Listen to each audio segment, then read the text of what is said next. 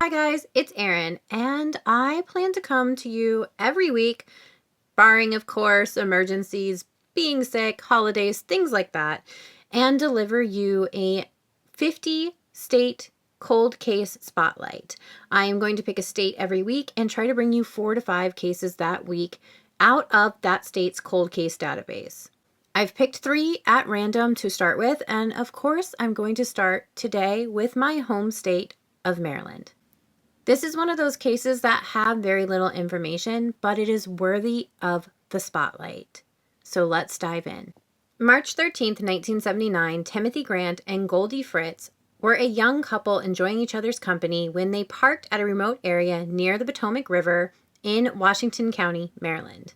They were sitting in the cab of Timothy's truck when around 10 p.m. a gunman approached them and ordered Timothy to step out of the cab.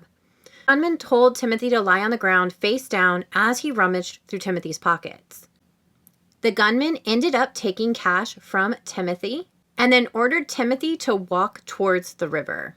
The gunman then told Timothy he better start swimming or he'd be shot. Timothy told investigators that when he entered the river, Goldie was still in the truck cab.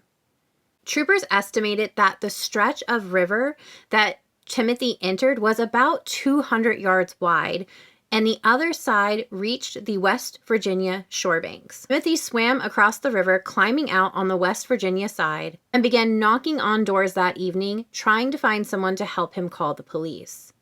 Eventually, someone answered and called in the troopers. Troopers arrived at the scene.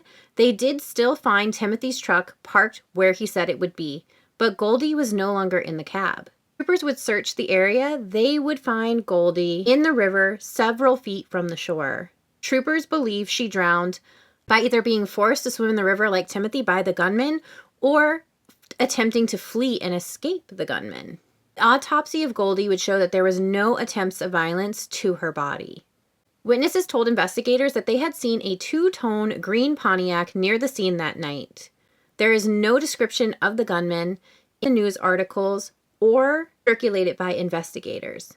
There's also no details about whether Goldie knew how to swim. There's very little to go on here, but Goldie deserves justice.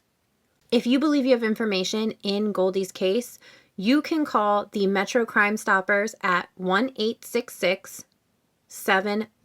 Thank you for taking the time to get to know Goldie today, and I will see you guys back tomorrow with another Spotlight Maryland case out of our 50-state cold case spotlight.